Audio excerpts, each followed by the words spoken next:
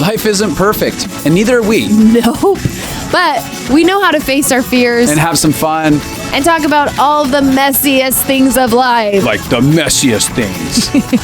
Get connected to yourself, get connected to others, and get connected to the life right in front of you. This is The Connected Life with Justin and Abby. That's me. That's you. And you. I want you all to know that I just showed Justin my toenails because I just got them Hey. done. Okay. Yes. And you said, look at my toes. And he's, I'm like, those are very orange. they're Those are pumpkin toes. And I thought that's not the type of orange I think of, but did that compliment sweep you off your feet? no. Do you feel a little pitter patter in your heart? No, but I did laugh. And did I think laugh. laughter is one of the reasons I'm attracted to you. So Oh, yeah. there, Yeah. deep down in my soul, there must have been some kind of flitter. So laughter, you're attracted to me for humor purposes? Yeah. Really? Yeah, not your body, but definitely. Well played. See, I joke because I love him and I love his body so much. See, that is the greatest expression of love. Your love language. Between two men. Like if it's period. Like Craig, this is a true story. When my best friend Craig, the other day, we're on the phone, and he is just talking so much shit. Like he is just making fun of me. This is terrible what he's saying to me, and I'm dying laughing, and I'm giving it back to him like really hard. But his children can't hear me giving it back to him. So he's got his kids that are pretty young, and one of them goes, "Daddy, why are you being so mean to him?" What did he say? He said, "If you knew him, you'd understand." It's a horrible lesson for a kid. And I said to Craig, I was like, "Do you understand the conversations you're gonna have in the principal's office at one point?" I said it because I love them. Because he went on to go on to explain to her, "This is Daddy's good friend, babe." It's so confusing. He's just screwing with her mind for a long time. Welcome to being a man. Okay, but this is not the subject of this podcast. No, but it's a good way to start it off. Is there a time where it crosses the line, though? Because I know that there's some men who joke like that with you and you don't like it. Okay. Yes and no. First off. Wait, can you wipe right here? I think there might be something on the other side. Right here? Yeah, there you go. I got it? Thanks. I don't know. Did I get rid of it? I can't tell if it's actually just a lighting. Is it might a be light? shadow. What is it? What is it? I got stuff on my face? You keep going. It's good. It's good. So it depends on the depth of a relationship. First off, like if you're really close, you should get away with more. Oh, it should be very deprecating, the things you say to each other. Like, Dad is like, "I love you so very much. Right, I would die for you." You felt joy when I said, "I love you for your humor, not your body." Yeah, exactly. Because you thought I was like cutting you down, but not with reality. Yeah, because I know that you actually don't feel that way about me. And I know my I friends are think like, it's we will sexy. go to war for each other, so you Yeah. can do that. But there's guy interactions where it's like we're not that close, and it's turned into bullying. Yeah, totally. Like I can tell you're just bullying, and you're feeling powerful. You want me to feel inferior. You want me to feel inferior, and then that's a whole different conversation. But like, it's your about best friend doesn't want you to feel inferior. He's no, not at all. If I told him, I'd be like, if I actually was like, "Craig, come on, man, that one hurt," he'd be like. First off, he'd be like, "Is somebody a baby? Is he going to cry?" And then he'd be like, "But seriously, did that hurt? If it did, I'm so sorry." Like, I feel so thankful that you have that friendship in your life to get all of that energy out without I know. me. Luckily, I can do a little bit of deprecating things your direction. Like you allow a little bit of it and you laugh. It's very light in comparison. And then you'll dish it back. And I have subjects that I'm like, you can't joke about that. The other day you had one where you're like, I'm too sensitive. I can't do that. I was like, okay. Anyways, but yeah, that's love language. This is a good conversation we're going to have in the podcast today. Yeah, is that like it has nothing to do with what we've said whatsoever? It's a big transition, but I feel very excited. We're going to talk about chronic health issues. I mean, it's an epidemic across the U.S. and the world, but really especially in the U.S. Yeah, there's a lot of people who have a lot of health issues. It's very sad where health is at. And with health issues comes so many different emotional experiences. And if you've had chronic sickness, it's almost like if you know, you know. And so I think it'd be really great to we're going to share a little bit about our stories throughout our lives of sickness and healing and the different journeys that we've been on. And it'd be good if you haven't been chronically sick. This will help you understand the people around you more. And if you have been sick, this will hopefully validate some of your experience and help feel hopeful for you. Yeah. Excuse me. I wanted to revisit this conversation. We've had this conversation on our podcast in different aspects of it. And so for those who have been following us for a while, they know that we've each had differing battles with health, up and down. We've had some very victorious seasons and some very scary ones. And for me today, I've the last 2 years been having some difficulties with my health that I'm going to get into. But today I was like, I am so sick and tired of being sick and tired. Yeah. And I was thinking about how much, excuse me, I'm not doing well there. I'm dying. I'm literally dying at the beginning of this podcast. Yeah. I'm trying to drink water. If you're on YouTube, you just saw me spill all over myself. Not a good start. But anyways, there's this point that you hit where I was just like, I need to talk about this. I need to talk about all the things that it stirs up inside of me, especially having to revisit a season of sickness. And I think that for people who have been in the cycles, like it's one thing to go through it once, something detrimental. And I know that I've had a lot of conversations with people who've had cancer. That's a big one. That's a real scary one. And they do it once. Once was more than enough for them. They're not interested in a second round of it. And I've talked to people who have done a second round. And the paralyzing experiences that it can cause for them inside of that. And you know, cancer isn't my issue. And no, I'm not going to go into all the things that are going on inside of my body for people because a lot of times people will be like, well, what is it that you have? I'm like, I don't need to share all that. It's long list and it's complicated. Long list, complicated. And I so honor the fact that you'd want to lovingly send me ideas of how to solve my problem. I don't need that. Done a lot of extensive research. It really, you know what that's done for me though, is I no longer want to give answers when other people tell me about their health issues because I'm like, oh no, I'm not going to act like I know what would save it for you. Yeah. I'm not going to act like that. I'm not going to act like the thing that solved it for me is going to solve it for you. And that's actually been really helpful in our journey because the things that have worked well for my body have not worked well for your body. Yeah. And vice versa. Like we've done several treatments that were similar and never did they both work for both of us. So I just want to say, I have a lot of hope in this area because I have been sick my whole life. And this is the healthiest I've probably ever been in my life. Yeah. And so as we're talking about it, I'm going to talk about what my experiences were and also the journey that I feel like that has helped me get healthier. Yeah. We're in kind of two different places, I think. Which is nice. Last couple days I've been doing better. Yeah. Anyways, I'll go into it in a second. But I do want to talk about my childhood because I grew up inside of a childhood where the narrative is basically we do not get sick. And when we're sick, we are not sick. Yeah, we'd take zero time off for anything. So it was usually an attitude of kind of like, come on, suck it up. You got this. Get through this. Yeah. I mean, your mom had back surgery and was in a full body cast and woke up and was like making breakfast for everyone. A couple days after surgery, yes.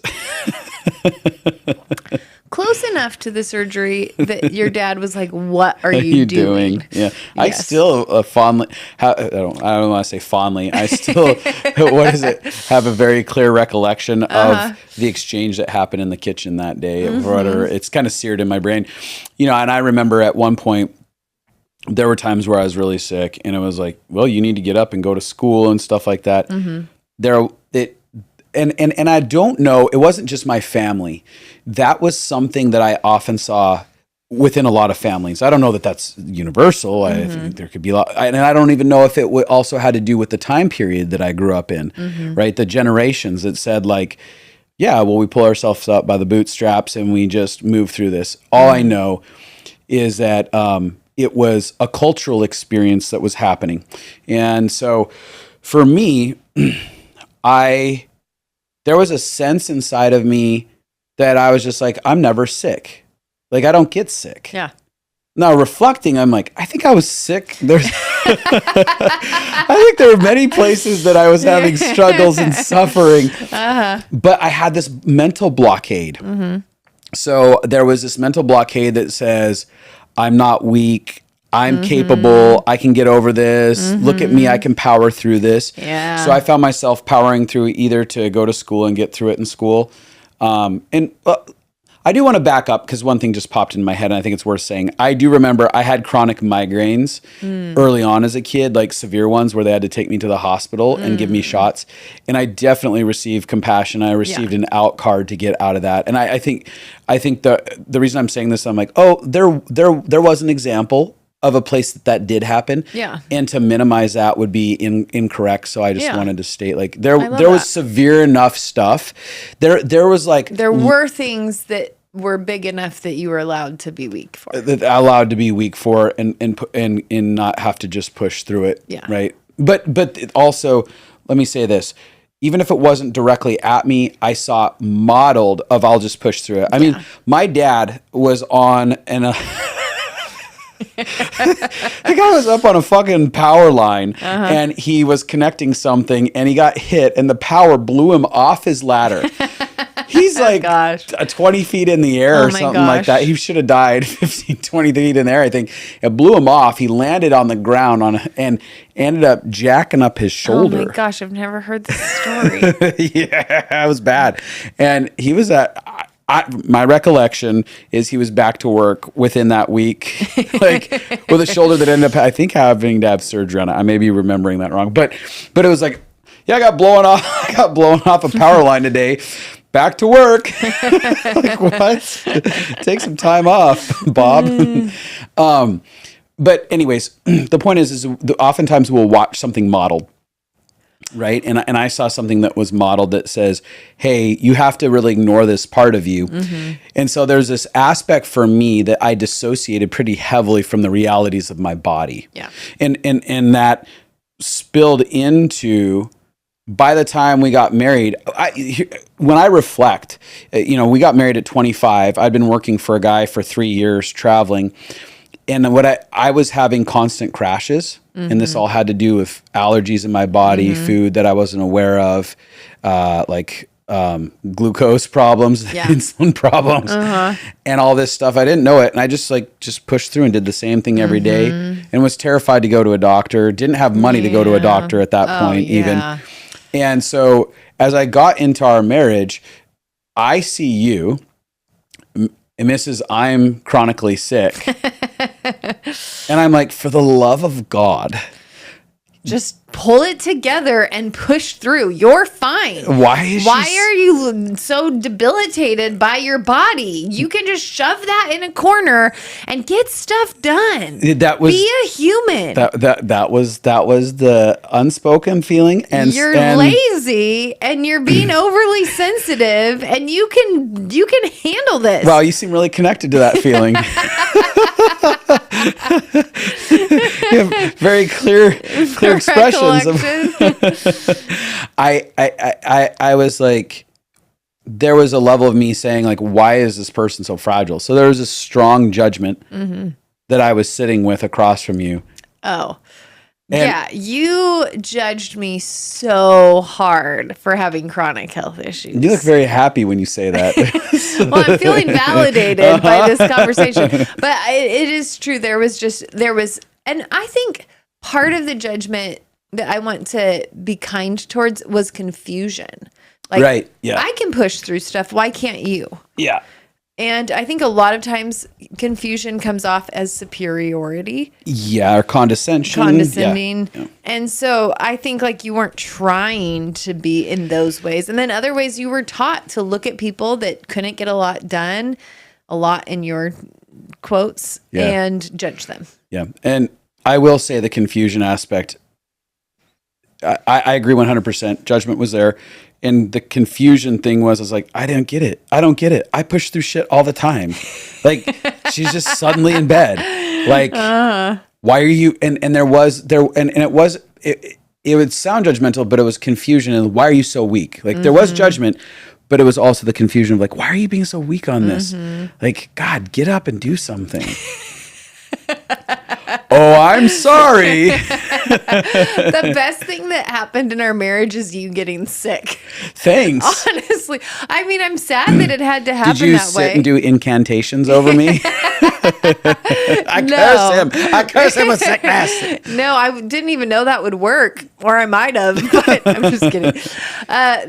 No, that's all jokes. I would never want anyone to be sick. I know. No, I just want to be clear because sickness is horrible. Yeah, absolutely. But looking back, it really did save our marriage because you got sick enough that you couldn't push through, which you had no idea how much was going on in my body because you'd never struggled with any of the things that I was struggling with. It hadn't seemingly overtaken me to the point of debilitation. Like I'd never felt my body rebelling completely. I could like whip it into submission and be like, you submit. All right, we're going to do this.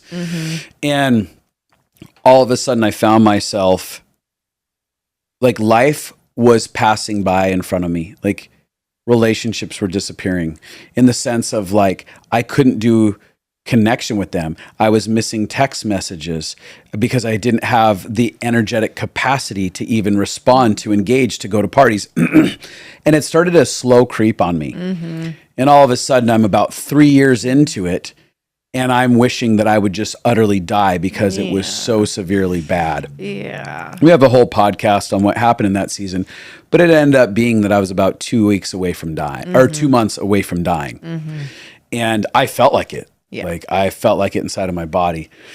And in that season, I remember feeling like it was permanent. There was a permanency, which I think that that's something that you've battled with the most, is a sense of chronic sickness leaves you feeling like this is a permanency inside of my life and there's no out. Oh, I think one of the biggest pain points of chronic sickness is how long will this last for? How long will this go on? You know, like, it's just been indefinite so far. So you start imagining it could be the rest of your life.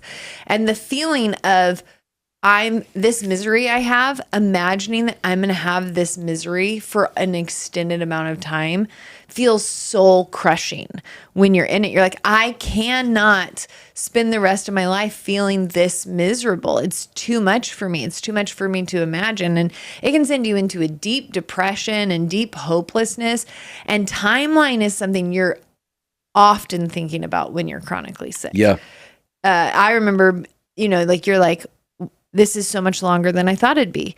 Now it's been going on so long. Is it stupid to think that one day it will end? And also trying to imagine when it will end also was a real mind F because it never ended when I was like, maybe by the spring I'll be better. Maybe it's such a complicated thing to not know how long. And what I wish I could tell myself now, like after going through a lot of trauma, we have a mentor who's told us for the last 17 years, be in the moment, don't future trip. Don't think about the future and how bad it could get because you don't know what the future will be and you don't have grace for what the future will be until you're in that moment. You only have grace for today. You only have grace for your present moment. So this mentor has told us that 17 years. It took me 16 years at least before I even kind of understood what he was talking about. And it took getting PTSD and then having to learn a whole new way of handling my emotions. And I have learned to set a boundary on thinking about the future and how bad it could be. Yeah. Because so much of my suffering when I was sick was thinking about the future and how long the sickness would last for and how bad it could get and how much worse it could be. I often say, for me, the fear of pain was as great as the pain I was in. I was going to say that it would be equivalent to it, at least. And so the you're torture. just doubling. You're like, I'm in this torture, and now I'm having this fear of how long the torture will last. And so now I have double torture. Yeah. And now it just feels so heavy. Yeah, it becomes a hellish nightmare. And the only real true relief, like you said, is actually getting out of the future, getting disconnected from the fear, and just saying, like, what do I have capacity for right now, this day and this moment? And I remember the moment in counseling that this really changed things for me, of instead of being like, I'm about to be healed, I'm about to be fixed, I'm about to find the answer, which I lived for my whole life. I was waiting for that because I had chronic illness at a very young age. And so I had lived my whole life just being like, just around the corner, it's about to change. And I remember a counseling session of being like, if it never changes, how do I come alive in this? And my mindset just switched. Instead of waiting to live, waiting till I felt better to live, I was like, how do I live my life now? And that started to release me from future tripping, because now I'm no longer so worried about what's going to happen in the future. I'm more worried about how do I, even in the midst of this suffering, come alive. And so we found ways, like I got an electric bike. Yeah, I remember when we got the electric bikes, and that became something that because you couldn't go on any extensive walks or anything like that. Yeah, so you were like couch bound at some level, which in my first season of sickness, I was couch bound for quite a while there. I literally, walking from the couch to the kitchen felt like I was going to die. Yeah. Right. And that sense of being trapped was so horrific. And so getting a solution like a bike for you, you're like, oh my gosh, this is the best thing ever. I'm getting to experience the world again. Yeah. And for me, like I started going to the lake, and I couldn't even go get in the lake. I would just drive to the lake and look at it just to get out of the house. Because I'm like, well, I'm seated in the house. I could sit in my car and look at the lake. And so just starting to find, how can I come alive in this season if these were the limitations? And it wasn't the hopelessness of I'm never going to get out. I wasn't saying I'm never going to get out. I just was like, I refuse to wait to live until my body changes. So I have to figure out how to be, and I need to figure out how to be connected to myself enough to know what I can do to love and take care of myself. Yeah. That's really good. While you were talking, going back to my first season, and even this, circling back to the sickness that started reoccurring. So let me back up. About 2 years ago. So 2016 was my first, like, that was at the crux of that, the peak of that. And then I was able to get over it through it took me about a year. And then I started coming back to a lot of my normal, and my body was functioning and I was living and stuff like that. And then about 2 years ago, a little over two, I got hit again with a problem, something totally different.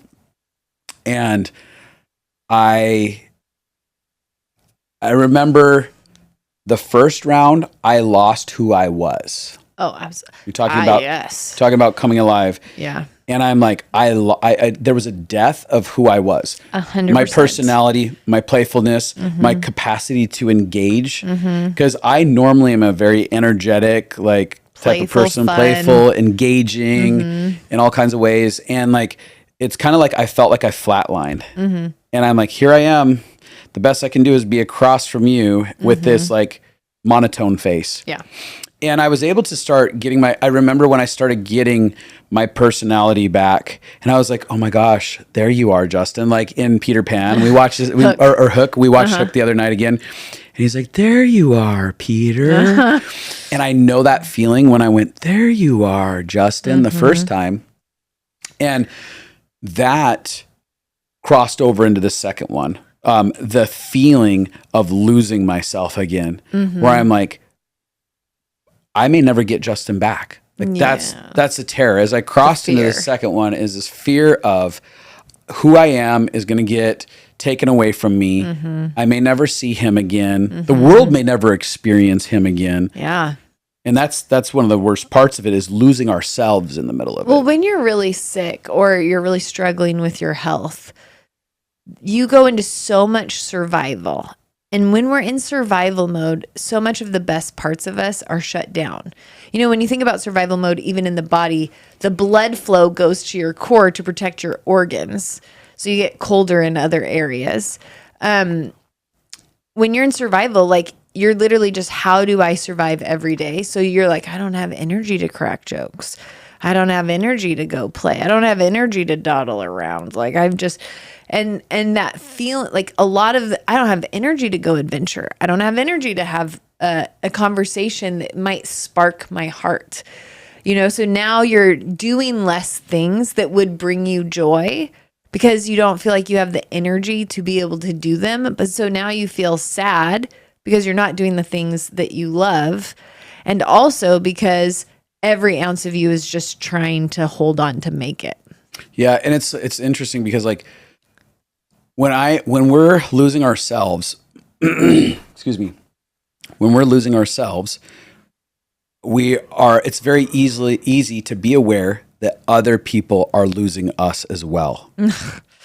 That's one of the heaviest parts of struggling with being sick. It really is, because there's this sense of I'm failing people.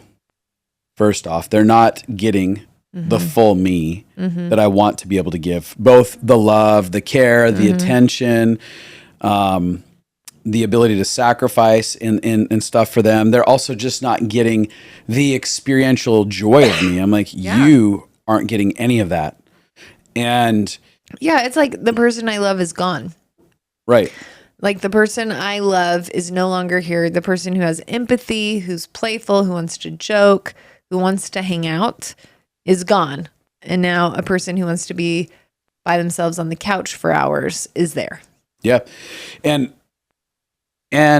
I know, because we've both had that experience with each other where I'm like, man, did I lose Abby forever? Yeah. Like, there were seasons where I was like, oh, I've lost her forever. Even though she's here, she exists, she's not here. And that can feel very lonely for partners to go through that. And that can feel very lonely in friendships, where all of a sudden that friend that you had a close connection with, they can't even respond to a text message. Right. And you're like, I don't know what to do. And so there is this sense of, like, pain, not only about I've lost myself, but then there's a pain of I'm failing people, I'm failing the world. And then there's this pain of the feeling of, will I ever find myself again? Yeah. Will I ever be able to show up again? And really, a lot of that, so it's grief and fear Yeah. are the main emotions that are coming up. The fear of, have I lost myself forever? Am I going to lose the people I love? Am I not enough? All of that is fear. And then the grief of, this is different. Yeah. And there's something about, like, when you're failing people, because I want to go back to the failing of people, because that's been, for me, such a strong experience inside of me that and it makes sense. Sorry, go ahead.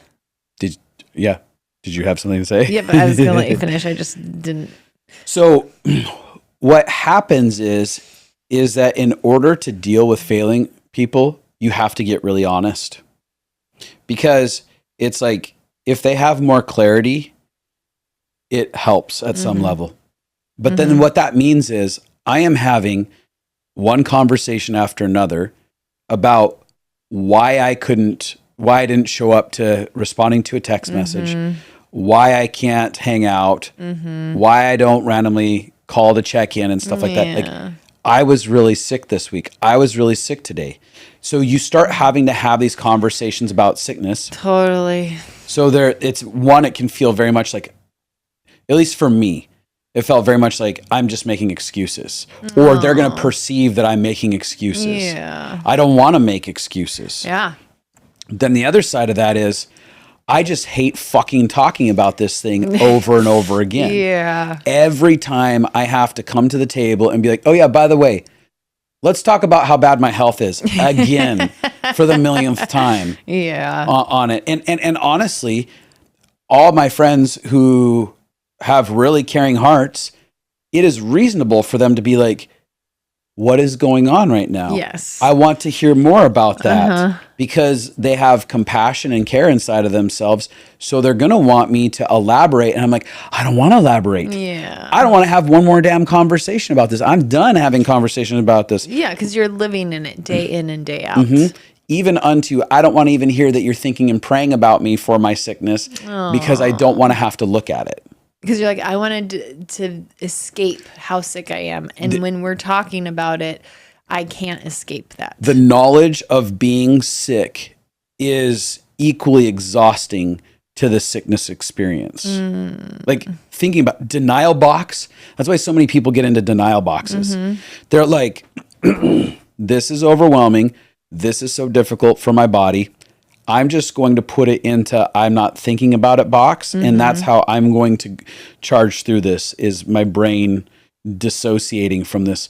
But when people know about it, dissociation bubbles get popped over and over again as people make phone calls and text messages. How are you feeling? Is there anything I can pray for today? What's going on? Which, again, it's not a bad problem to have. Totally. Caring friends. Yeah. It's just, I want to avoid this. Well, and I felt really different. Like we have very different personalities. The first thing I want to say is it is so lonely to be sick and to love someone who is sick. It is just really lonely. It's lonely when you don't have the energy to get outside of yourself. Yeah. And it's lonely for the people around you when you're locked inside of yourself. Well, especially because when we are sick chronically, it can feel very narcissistic. Yeah. Right? Unintentionally. Absolutely. Like both I of us. never wanted to be, but I could tell I was. Yeah. Yeah. I'm sure I have been. You have. Hey, you jumped to that pretty quick. But you're doing the best. You're doing better this time than you're so completely different this time than the first time. You're handling sickness completely different. I actually don't feel like I've lost the full you the way that I did the first time. Which I've also battled aggressively so that you wouldn't experience that as much. Yeah. But I wanted to talk about, like, I have a very different, like, I didn't mind talking about it. Yeah. I mean, I didn't want it to be all we talked about. So I'd be like, oh, let's change the subject. But having people bring it up to me didn't feel like it was ruining things. It felt like they cared. Yeah, we're totally different personalities. I would be like, and I would happily be like, let's talk about something else just because I don't want to think about it more. But I felt really loved that the suffering I was going through was acknowledged by people, that they remembered, that they saw it, that they were aware. Like it felt like that having people who were with me in it, and that felt really important. I think for my personality, if someone just acknowledging, like, I know you're going through a lot right now. It's totally okay. You can't do this. I'm like, good. That's as much as we need to talk about it. Unless I proactively bring it up and I'm like, I need to talk about how I just want to go end it all because I can't take it anymore. Please. Yeah. Then let's have a conversation about it. Yeah. But anyways, do you have more to say? I mean, I was just wanting to say that there's a flip side because I think people I think listening that's could really be like, good to oh highlight. God, should I never talk to people about their sickness? Should I? And people get like, oh no, what are the rules? And I'm like, you have when you don't feel good, you get very introverted. You want to spend the least amount of time talking, and you do have high avoidance. Like it's been hard for me even. You'll be acting weird in our relationship because you won't tell me I'm just not feeling good today. Oh, that's not about my body. I'm hiding my second family. So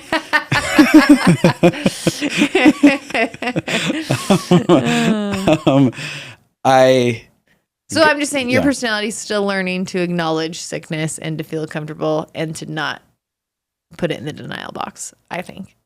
Yeah, I think well, here's what's happening for me in this season. And this is something that I wanted to talk about is I've shared that I'm going through SE counseling, somatic experience counseling, which is work with the body, being present with the body. Now, I've done about 4 years of that total, but I've gone into a different realm of it in the last year and a half or so. And I'm getting present with what my body's saying. And something that got sparked the other day, Judy says to me, she's your counselor. She's my counselor. Oh, Judy. And Judy says, how'd she put it? Your body, isn't it nice to know that this season won't be forever? And I'm sitting there and I start having an internal meltdown over that. And I'm like, yeah.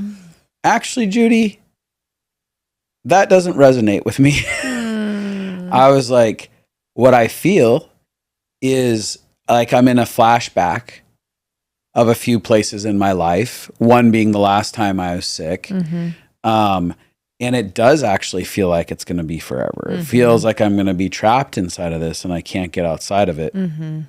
And she was like, well, let's continue to find out what your body needs. Because she said, you know, in this season, I believe that the crux of your sickness has an aspect that is connected to how much has been denied, how much denied in the way of your body said, I need a boundary, and you weren't listening to it, setting proper boundaries in certain relationships. And she said, I believe it is seasonal because I believe that the work that you're doing, being present with your body, being aware of what you're actually needing, that you are redefining and reshaping how you're relating to the world outside of you, and you are giving your body this time around what it really needs. Last time you went through the sickness, you got out of it through some of the medical help that was used, but this time it's about the emotional help that's needed inside of this process. And I was like, that resonates with me.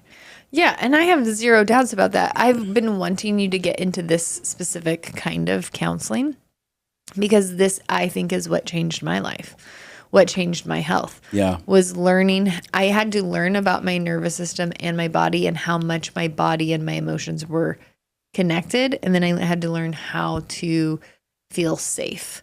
And that's why me and Rachel created Reclaiming You, which is a course that we did this year. It's all about how to reestablish a relationship with your body and how to feel safe again in your body and how to know your own, what your body is saying to you. And I think that this is the exact process that I went through. So watching you from the outside, I'm like, yeah, I feel like you're doing the work that your body's been asking for. I often think our bodies set boundaries for us when we won't set boundaries for ourselves. Like our bodies are often trying to protect us. I look back at the years I was sick and there was a lot of things my body was trying to do to get my needs met, to protect me, to take care of me, to get me out of things that were not healthy. And now I would know to listen to it and be able to figure out how to resolve some things. Yeah. You're talking about that. And I was thinking about how my body would try and have conversations. Like I can, the way our body talks to us is through sensations internally. And, you know, so you'll feel a sensation and a lot of us aren't aware of sensations. Yeah. Originally when Judy was like, what sensation are you feeling there? I was like, what do you mean? What is a sensation, Judy? Yeah, totally. Don't be stupid. What is that? I feel nothing. Yeah. But, you know, it talks to us like, oh, are you, I notice constriction inside of me. And I know, I notice a bracing inside of me. And these just different things like that. And the reason I'm saying this is I would oftentimes work anywhere from 70 to 80 hours a week. And I would hit points where I'm in the office and I'm feeling a visceral feeling of my body panic screaming. Like it would feel like I was trying to rip out of my own body to escape what I was in. And my mental fortitude, which was strong, would be like, no, we have to get this done. We're going to fail if we don't do this. We have to keep doing this. And so it was like I would chain myself mentally to staying in front of this computer well past my capacity that my body said it had. And when my body was like drowning in tiredness, I am like, hello, caffeine. Or I was like, hello, M&Ms, sugar. I'm powerful. I'm back. I'm back. Watch out, bitches. I just took my spinach. And so all of a sudden I would get that surge, that rush of energy. And I would break the barrier where my body was like, I'm trying to have this conversation and you are not respecting me. And so when I reflect back before I went into my first round of almost dying, I'm like, and let me add, I would go all day long and maybe eat one meal because I didn't have time to take a break. Like I was torturing myself in my own personal health. Yes, you were. So I had nutrient depletion, and then I had a caffeine that was just straining on my adrenals. And then you were abandoning yourself all the time. And so you weren't being able to get the rest that you needed. The exact rest that I needed. You were in fight, flight, and freeze constantly. Yeah, so that was happening. And so finally my body Which did. they actually say stress is one of the number one problems with all health issues. Yeah, like there are guys who are in peak physical condition and then they roll over dead. We're talking like I read stories over and over again, peak physical condition. But when they go and they do the investigation, they associate it with, he had a stress-induced heart attack and he rolled over and died, right? And so I'm looking at this and my body finally said, hey, buddy, love you, but here's the middle finger. I'm done. You didn't listen to me. I'm done with it. Now I will make you listen to me. Now I will be so loud. I will scream so loud. I think about sickness like a toddler who's like, Mom, look at me, look at me, look at me, look at me. And the mom's like not paying attention. And then all of a sudden the toddler, like takes the heirloom vase from the counter and just throws it on the ground. And then you're like, oh, you've got my attention. And that's what sickness is for us oftentimes is it's our bodies. We're like, hey, something's not okay. Something's not okay. Something's not okay. And then finally they're like, I will make you listen. Yeah. And it's funny because I think the first time I caught the memo via Morse code, like dots and dashes wasn't so clear, but I was definitely like, I definitely need to change a lot of things that I'm doing. Right. And I did. Yeah. I implemented a lot of things differently. Started eating more. Yeah. I cut out, there's a lot of different work that I cut out. I pulled back on certain levels of work and certain ways that I tried to go out and do stress relief. And there was all kinds of stuff. Yes. But I still wasn't attuned to and completely attentive to my body. I know. And I saw it and I begged you to listen to it. What? This is probably one of the most contention fights we've had in our whole marriage. I still can't hear you over the sound of the mumblings. Because I could see you push past your boundaries all the time. Yeah. I could see you push your body when it was saying no. I could see your body saying no. And I could see you being like, shut up, body. I'm not weak. I have to get this thing done, even though I could do it tomorrow.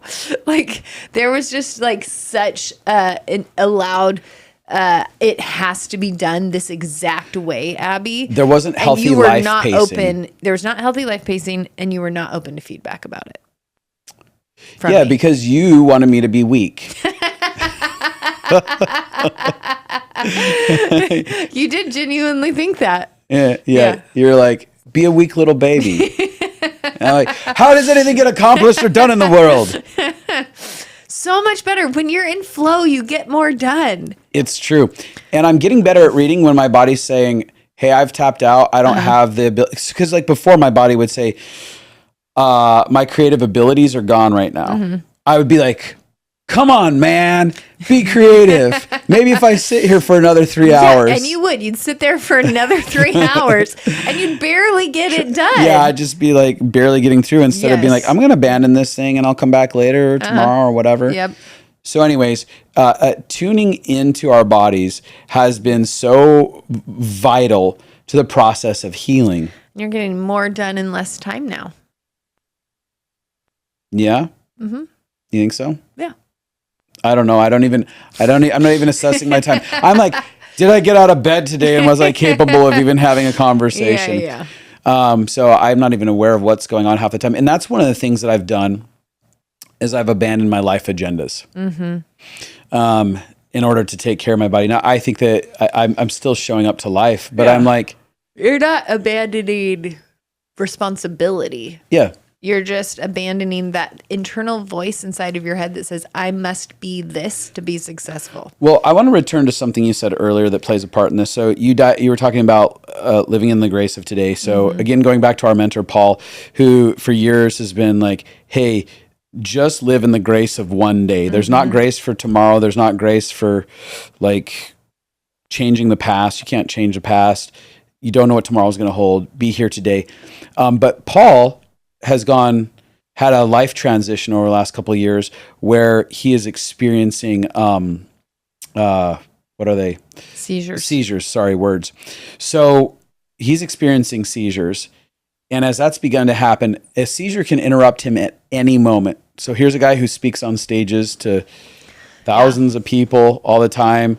And all of a sudden, he seizes out once, and he's out for the next 10 to 15 hours. Yeah. Because it exhausts his entire body, right? And so one of the things that he started talking to me about was the grace of the moment.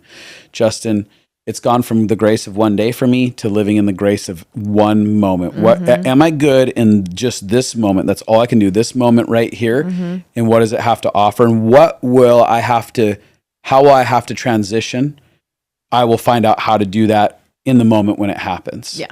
Right. So he's been on stages and he's just like seized and he had to stop mid talk, and the grace of everyone coming around him and transitioning it as he has to walk away from it has been both a painful thing to watch from a distance for him and a beautiful thing on my end to be like, okay, you can still be fully alive even when the moment you have no idea what that moment's going to bring. Right. And so for me, the point of it is sickness has become a moment to moment thing. Like today, I have the grace to record this podcast right now. I didn't yesterday on our scheduled time to record. Yeah. And I was like, I just don't feel that I can't do it. I know. And thank God, because in the past, you would have made yourself do it anyway. I would have powered through. You would have powered through, but you would have hated it. And I would have hated it with you because of the energy of that. Which empowering through in that stuff causes resentment. Yeah. Like it is not a life or death situation if I don't record yesterday. Totally. And that's a question I'm asking. Is the thing that's sitting before me a life or death scenario? Is it an absolute must? Because unless it's a life or death scenario, if my body's saying I can't do it, I'm going to have to pause and stop this. Oh yeah. And again, that goes back to, I come from such an extreme end of there's no reason. Push through. Yeah. Push through, that this could be deeply unnerving to a certain people group. There's another people group that's like another excuse to get out of doing stuff. Yeah. You know who you are. Yeah. Well, I actually think that I came a little bit more from that mentality. Yeah. Because I actually love getting stuff done and I love pushing through. So I had probably one part of me that overly pushed through and then one part of me that underly faced life. I kind of did both extremes in sickness. And something that I've learned is to pay more attention to my body and when it needs rest and to not be angry at it when it does, but to be like, oh, you're like, our bodies often are giving us signals of like, I can't handle this pace of my life. And that's okay. And help our body's an invitation to let go of judgments and to reevaluate things. Now, that being said, I am not one of those people that is just like, I can't handle anything, so I'm out of everything. You know, for me, a lot of times when I was sick, I would go into freeze, and freeze feels like depression and freeze feels like hopelessness. And so then it's not that I'm just sick. I'm also now in bed because I'm sick and depressed and in a dark hole inside of myself. So I actually had to learn the opposite of what you did, which is I had to learn how to be active and sick. And not so active that it made me worse, but how do I not get locked into that freeze depression state where I give up on life? Because when you feel sick and you feel like I can't do what I want anyway, and I'm already failing, I'm failing everyone around me. And those are very real fears. You know, I've had several friends who were moms when they were really chronically sick that wanted to kill themselves because they felt like they were just a burden on their family and they weren't being able to help at all. And that is a very real feeling. And those feelings of hopelessness and helplessness can send us into depression which then makes sickness worse. I think our emotions are often amplifying what is going on in our body. And so what you can do is learn to actually move through the emotions, which I think is amazing. I do think somatic experiencing counseling can be really beneficial and helpful, or learning how to connect to safety inside of sickness. But one thing for me was learning when I was freeze and learning how to pull out of that. So there's a few things that I do when I get lost in it, and it can be little things. It could be like going for a small walk, or like going for a drive with the windows down and listening to a good song. Like there's a lot of things that we have access to do that is normally getting out of our house or getting out of our bed or getting out and remembering something about how to live even when you're not feeling good. So it's like, I will let myself lay in bed for these 3 hours, but then I'm also going to go lay outside on the grass and get some sun and do something like that. There's just the thing of, I also have to keep my life flow going. Does that make sense? Yeah, absolutely. One of the things that stood out in what you were saying, you talked about inconvenience. And the one thing that we can't, when you get chronically sick, you can't avoid the feeling of inconveniencing people. Oh yeah. And so I just think most people at some point feel, oh, I'm inconveniencing them. Mm-hmm. And we have to accept that we are, you said the word burden, mm-hmm. which to me is inconvenience.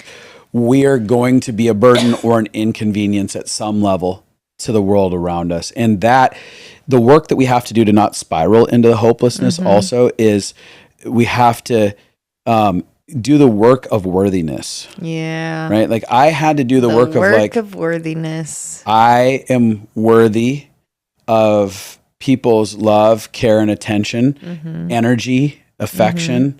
time. Mm-hmm. I'm worthy of them redirecting their resources towards me or adjusting their life experiences around me. I'm worthy of it. Like I don't deserve it as an entitlement place. Absolutely. But I'm worthy in the sense that there is like an intrinsic value in me as a human that is worthy of that type of love, that people would do that. Now, again, it doesn't mean it's not difficult for people. It doesn't mean it's not a challenge that they have to work through on their end. Yeah. But part of me had to be like, I'm not bad for this. There's value to me as a human. And so I'm going to learn how to accept that I'm going to be one of the inconveniences in other people's lives. Mm-hmm. With that said, everybody experiences being inconvenienced. 100%. And their time, energy, and attention is going to be turned towards some inconvenience 100%. Somewhere. There's no one walking around being like, I have no inconveniences. Family, or it's your pet, or it's your like, that's what it is to be human. Life is inconvenient. Mm-hmm. And so I'm like, it's going to be distributed somewhere. I might as well get good at allowing it to be distributed towards me in this season of need that I'm currently inside of. And the reason I say that is that as people identify with this, like if you can adjust this part of your belief system, then you actually don't have to be tormented by the idea of what other people feel or experiencing. Now, again, that also doesn't mean I wasn't aware of the sacrifices that were being made around me. Mm-hmm. So I'm not, in a posture of humility, I am seeing the sacrifice that you make without a sense of shame. Mm-hmm. And I am saying, I really do appreciate that. Mm-hmm. I can see that you're making sacrifices and that it's been difficult and inconvenient in certain ways in this season. Mm-hmm. Thank you so much. And it's me being able to acknowledge and absorb all of it. Yeah. Yeah, I think that when you can accept it, because this is one of the number one things we've had to work through while you've been sick, is the acknowledgement and the understanding of how it impacts both of us, because it does. And like, I have deep compassion for how miserable it is to be sick and how painful it is. and how much energy it takes to just have conversations sometimes. And also I have compassion and empathy for how hard it is to never know when you can have a conversation, to never know if you're going to be present, to never know if you have enough energy for us to do a project or if we're going to have to change. Like, it's a lot of uncertainty, instability, and change at any given moment. And it feels narcissistic, even though that's not your goal. You're not self-consumed, but everything is on your timetables. Yeah. You know? And so I don't feel, without you accepting that and being like, it's okay. Like, it's okay for that to be true right now. Because I feel like it's okay for that to be true, but I need you to be able to validate that that would be a difficult experience. Right. And that's kind of where we've landed, which I validate you. I validate you. We've landed where I know how much it's costing you to fight to be present in conversations. And I've had to say, it hurt my feelings that I was in the middle of sharing something and you're like, I've got to sleep right now. You know, like, that can still hurt my feelings sometimes.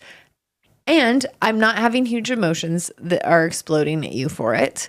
I'm being able to share it vulnerably.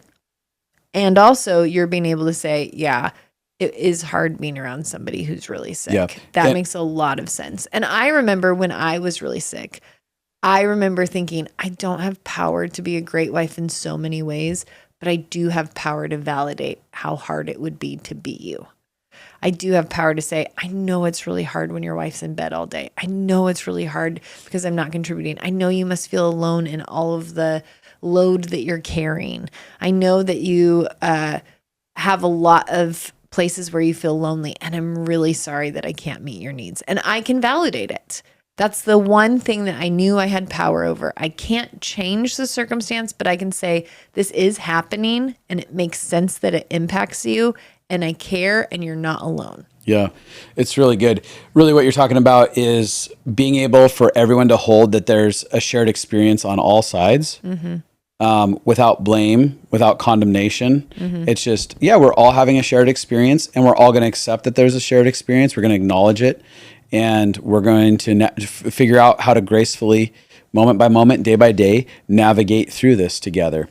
So as we wrap this up, one of the things, I'm sure there's a lot of you out there listening who either you're on the other side of someone who's been chronically sick, or you are that person, and you might have some hopeful ideas of how you've navigated those seasons. And if you're on YouTube, go to the comments section below, down below, and share with people, like, this is how I got through this season. Here's some of the things that I did inside of my heart and inside of my relationships. Yeah. Because I think it'd be really cool if on this episode specifically, people took some time to have those exchanges to get sparked with hope. Yeah. And it might be a good place, like, hey, anyone who's watching this, to put the question, like, do you have thoughts on how to do this? Because I'm going through this over here. Might be a good place to relate on the bottom of this episode. Yeah. So. I will say, we didn't really get to talk about all the reasons that I have hope about this, but I have seen such a radical transformation in my health since I got connected to my body, started listening to what it needed and wanted, and started connecting to safety. And all those things, again, like I said, we teach in our course, Reclaiming You.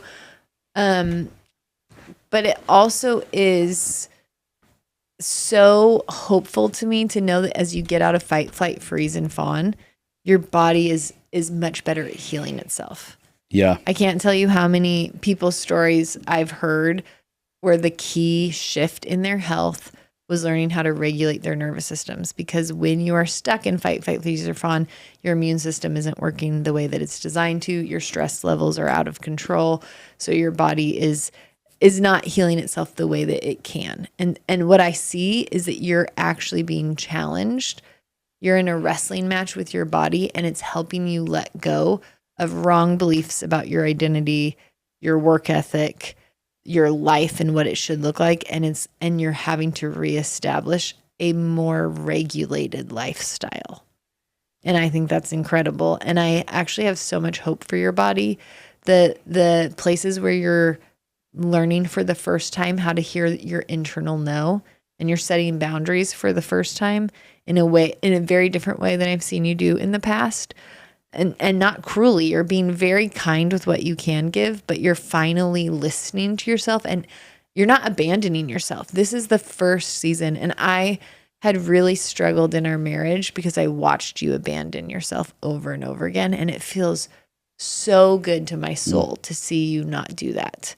And I have zero doubt that the culmination of the work you're doing is going to lead you to feeling better. Yeah. There, to me, to add on the end of that with hope, there is hope. And, you know, one of the hope points that you talked about earlier in this podcast was that you were learning how to come alive. And I think that that's a place where we have to start asking, like, what are the things that I can do in the midst of my sickness that allow me to feel like I have some sense of normality or enjoyment? Because we can, if we get focused on everything that we can't do in a chronic sickness situation, you're bound to feel depressed. And it's not just playing mind games. It's like, no, but I do want to actually see, where does the beauty exist inside of my life and how can I participate inside of that beauty? Yeah. And I will say there's a book called The Way Out, which I actually think you should read. I loved it. And it is actually talking about how a lot of pain and sickness has a very big psychological link. And as you heal your nervous system to go back towards safety, you can actually see your body transform radically. The stories are unbelievable. And I know so many people that it's actually worked for. And I think you would love it. It's a really good book. Yeah. Yeah. So you're saying I should read it? I am saying you should read it. All right, I'm saying it publicly so that you can't shrink out of it. What, you're going to hold me accountable? Have you read it yet? Every week until I've read it. Have you read it yet? Yeah, I'm obviously not going to do that. You're sick, so you don't feel good. But I do think it would be really hopeful for you. Speaking of one of the soul impacting books that may just be really helpful for you guys, it's called The Tree of Life by Justin Stumbaugh. It is a good book. It's a novel, and you should go to Amazon. You can get it on audio. It's so fun Kindle, and playful and has deep meaning. Or paperback. But you really need to. Yeah. And you need to let me know what you think about it and write a review on Amazon for me. Okay.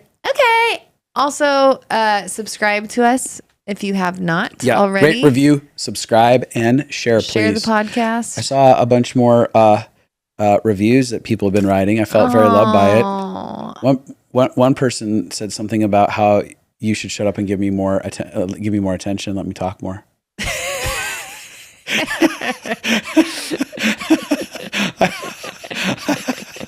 I died laughing. On that note, I'm going to shut you up.